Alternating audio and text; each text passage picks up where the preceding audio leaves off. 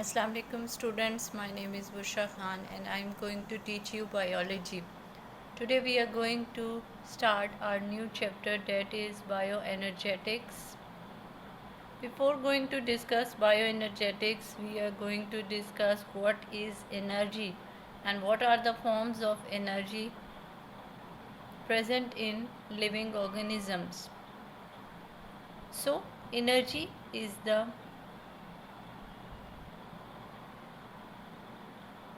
power to do work. किसी भी काम को करने के लिए जो आपको पावर रिक्वायर होगी उसको हम एनर्जी कहेंगे. Forms of energy, there are two forms of energy. Energy जो है वो दो फॉर्म्स में होती है, kinetic energy and potential energy. अब kinetic energy is actively involve in doing work. जो एनर्जी आपकी काम करने के दौरान इन्वॉल्व होती है उसको हम काइनेटिक एनर्जी कहते हैं. And potential energy is stored in chemical bonds. It is use for future use. It is released as kinetic energy ways these bonds. जब आप फूड इनटेक करते हैं तो इसके फूड मॉलिक्यूल्स के दरमियान जो एनर्जी मौजूद होती है in the form of bonds वो होती है potential energy. Then we have bioenergetics. What is bioenergetics? is the study of energy relationships and energy transformations conversions in living organism. ऐसी ब्रांच बायोलॉजी की जिसमें एनर्जी के रिलेशनशिप के बारे में हम पढ़ेंगे और एनर्जी की ट्रांसफॉर्मेशन. हमने पढ़ा था कि energy can not be destroyed और क्रिएटेड. It can be converted in from one form to another form. मतलब एनर्जी को हम ना तो क्रिएट कर सकते हैं ना डिस्ट्रॉय कर सकते हैं. अलबत्ता एनर्जी जो है वो अपनी फॉर्म्स चेंज करती है. सो इस ब्रांच में हम एनर्जी की ट्रांसफॉर्मेशन और एनर्जी रिलेशनशिप्स के बारे में पढ़ेंगे.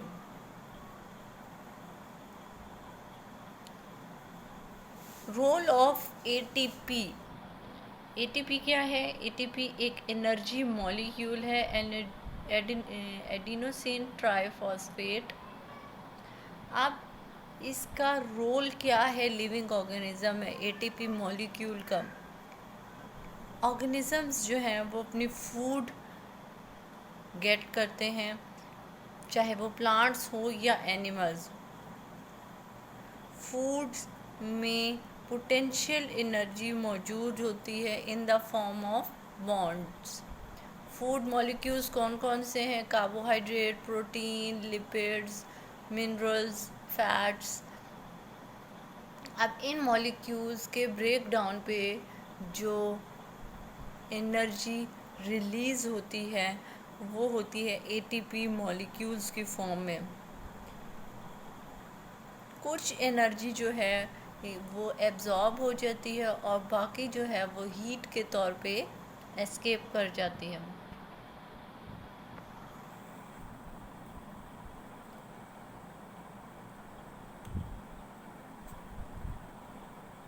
अब आ जाए bioenergetics relation to oxidation reduction.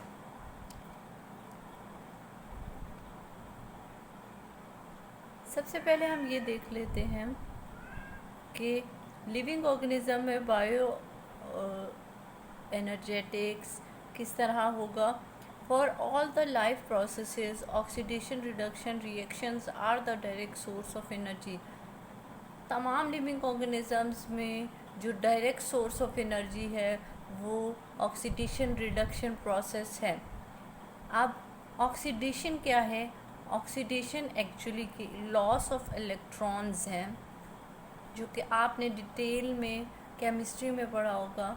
And reduction is actually gain of electrons.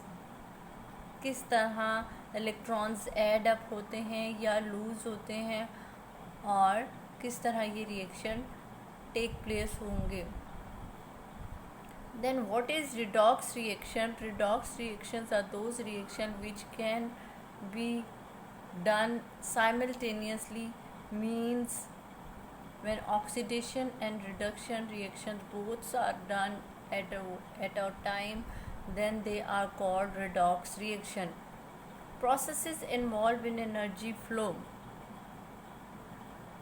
इस ब्रेकडाउन के दौरान जो प्रोसेसेस इन्वॉल्व होते हैं एनर्जी फ्लो में, वो कौन कौन से हैं? First one is growth, movement, reproduction.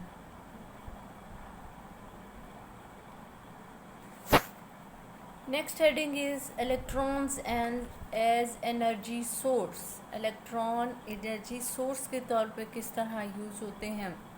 Electrons can be an energy source. It depends upon on their location, arrangement in atoms, and etc. So we take example when electrons are present in oxygen. हम oxygen की example लेंगे कि जब electrons oxygen में मौजूद होते हैं, they make stable association with oxygen atoms and are not good energy source.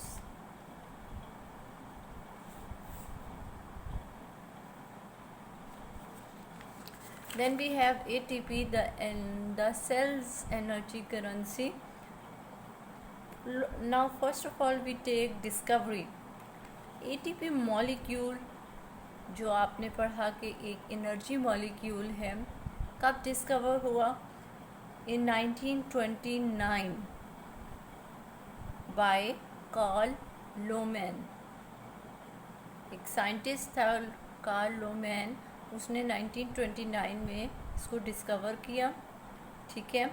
उसके बाद it was propose to be the main energy transfer molecule in the cell by the Nobel prize winner Fritz Lipmann in 1941.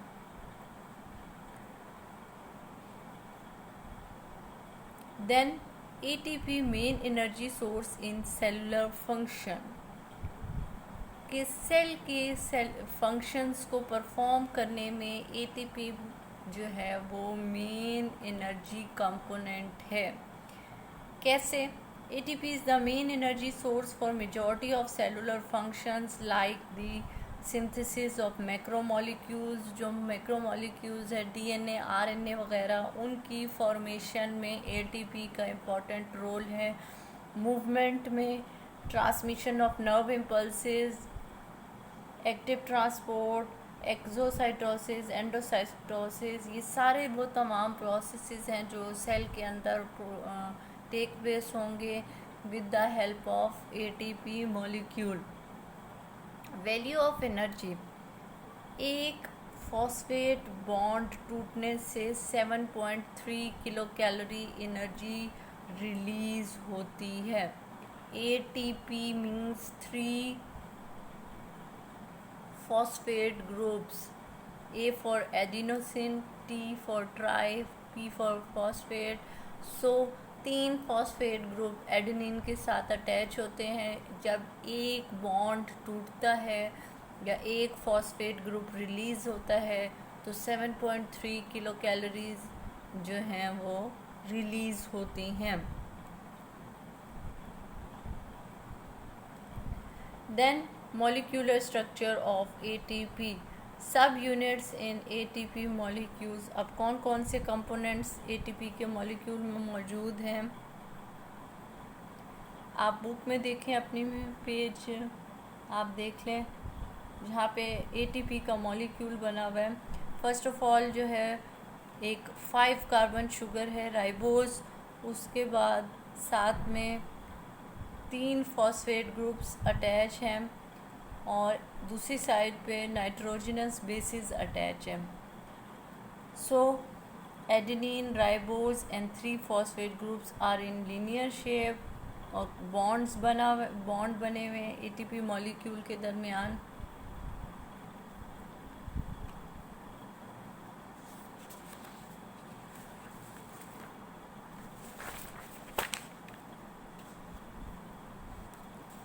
अब आ जाए energy values during break down of ATP. मैंने पहले भी बताया कि जब ब्रेक डाउन होगा एटीपी से एडीपी में, यानी कि एक फॉस्फेट ग्रुप हम कम कर देंगे एटीपी से एडीपी पे with the addition of water, तो क्या होगा कि एक फॉस्फेट ग्रुप के साथ साथ 7.3 किलो कैलोरीज पर मोल जो है वो एनर्जी रिलीज़ होगी। और इसी तरह जब एडीपी से एएमपी बनेगा, यानी एडिनोसिन डाइफॉस्फेट से मोनोफॉस्फेट बनेगा, तब भी same with the addition of water एक फॉस्फेट ग्रुप रिलीज़ होगा और 7.3 किलो कैलोरीज पर मोल एनर्जी जो है वो रिलीज़ होगी।